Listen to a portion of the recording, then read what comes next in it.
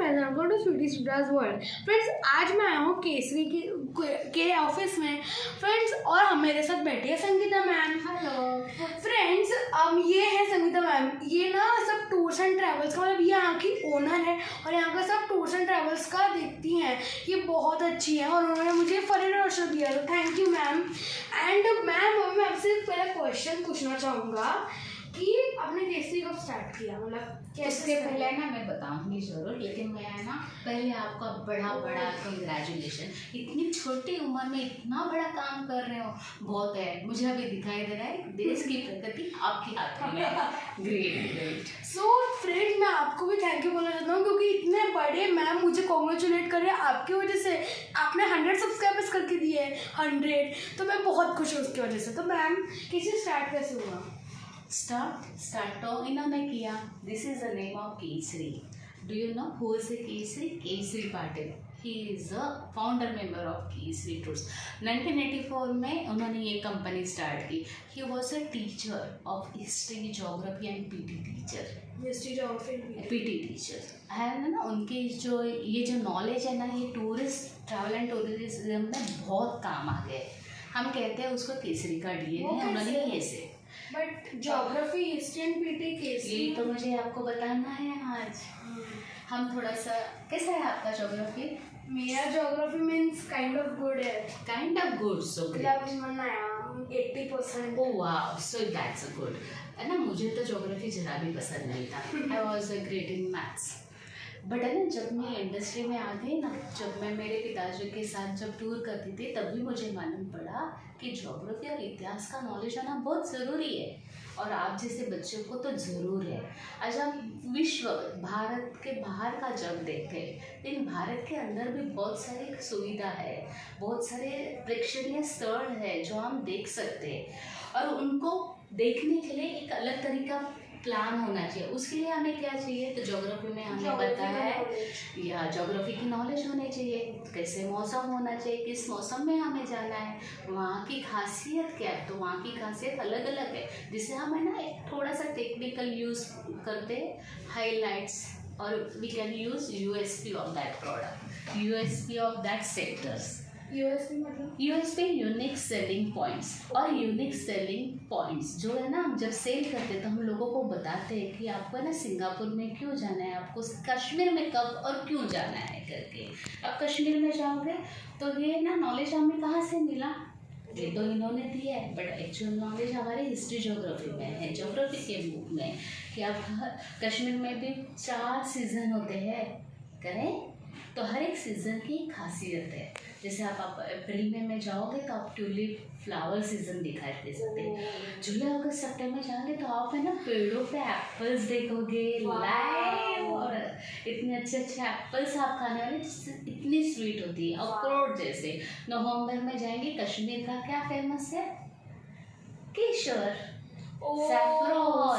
तो ये सैफ्रॉन के पूरे फील्ड्स आप देख सकते हैं। और Kashmir is famous for, specially जैसे कहा जाता है हेवन ऑफ द अर्थ, बर्फ।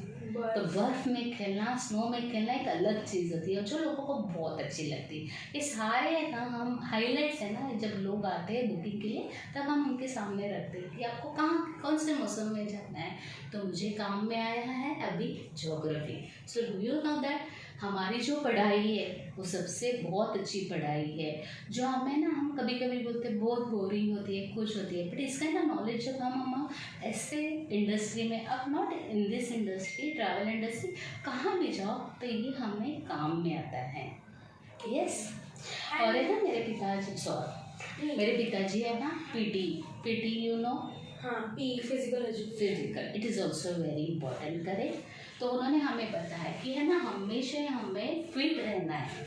हम है ना स्कूल में जब जाते पीटी होता है तो हम बोलते नहीं, कंटाला नहीं ना, हमारे स्कूल में तो पीटी के लिए सब बहुत खुश हो जाते हैं। तो आप अपनी फ्रेंड के लिए बता देना कि ये इंडस्ट्री में भी पीटी का कितना सारा महत्व है करके। अगर हम फिट नहीं रहेंगे तो हम ऐसे हिली स्कूल में जाके और सर्वाइव नहीं कर सकते। अगर हम फिट होना बहुत ज़रूरी है। So physical fitness is very very important. और उसके साथ है डिसिप्लिन। सुबह कितने बजे होना है। उसके बाद पीटी में हर एक चीज़ों का हमें सिखाया जाता है, टाइम मैनेजमेंट सिखाया जाता है, वो बहुत होता है। अभी तो आप कहाँ जाते हैं?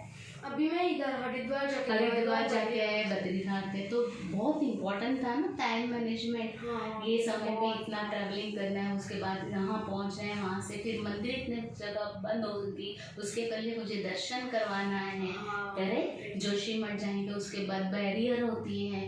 तो ये सारे है ना, ये सारे जो है ना कॉन्स हैं, ये हम ना हमारे जो प्रोडक्ट बनाते हैं उसमें लिख के रखते हैं कि ओके बद्रीनाथ का मंदिर इस समय बंद होने वाला है, उसके पहले लोग वहाँ पहुँचना ज़रूरी है, इतना लंबे समय का प्रवास होगा तो उसके समय उनको कहाँ कहाँ रुकना ज़रूरी है, कहाँ हम खाना दे सकते हैं, कहाँ से अच्छी सुविधा होटल में हो सकती, ये सारे प्लान है ना इसमें करते हैं। और बाद में हम एक पेपर पे बनाते हैं और हर एक डिपार्टमेंट को हम उनका जॉब देते हैं। चलो एयरलाइंस वाले इस हिसाब से आप एयरलाइन बुक करो, प्रोडक्ट वाले जो होते हैं वो आइटनरी बनाते हैं, होटल वाले जो होते हैं जिसे हम CNC डिपार्टमेंट बोलते हैं, कमर्शियल, कॉन्ट्रैक्ट एंड कमर्शियल। सो ये वाले है ना कॉन्ट्रैक्टिंग करते हैं। ओके। फिर है ना, फिर कौन सी सुविधा देनी है तो हमारे यहाँ ऑपरेशनल डिपार्टमेंट है, ये सारी खासियत, ये सारी सुविधा का ख्याल रखते हैं और इस हिसाब से हम बोलते हैं उसे प्रोडक्ट बनते हैं। फिर ये प्रोडक्ट बनने के बाद आप जैसे स्वीट टूरिस्ट को हम लेके जाते हैं। Oh thank you ma'am. And ma'am मेरा जो सेकंड क्वेश्चन है वो है कि आप इतने सब टूर्स मैनेज कैसे कर लेते हो? मतलब एक टाइम पे इतने मतलब बहुत से टूर्स आते होंगे बिकॉज एक टाइम पे सब टूर का मतलब वो जो प्लानिंग प्लॉटिंग आप मैनेज कैसे कर लेते हो? वापस यहाँ है ना ज्योग्राफी का होता है कि कौन से सीजन में कौन सा सेक्टर, कौन से डेस्टिनेशन में जाना बहुत ज़रूरी है। करेक्ट। जैसे अभी समर है, हम लोग मराठी में बोलते हैं उन्हाड़ा है, समर है। हाँ। तो इस समर में हम कहाँ जाएंगे? जहाँ ठंड होगी। यहाँ से गर्मी से हमें तो थोड़ा सा छुटकारा मिले और एक हैप्पीनेस करने के लिए, प्लेजेंट वेदर के लिए हम कहाँ के साइड जाते हैं? नॉर्थ साइड जाते हैं। तो हम साउथ साइड नहीं घूमते हैं, तो हम नॉर्थ साइड की प्लान करते हैं। जब दिवाली और ये होते हैं तो वहाँ नॉर्थ में ज़्यादा ठंड होती है, तो हम ज़्यादा से ज़्यादा ईस्ट वेस्ट एंड नॉर्थ की साइड की टूर्स की प्लान करते हैं।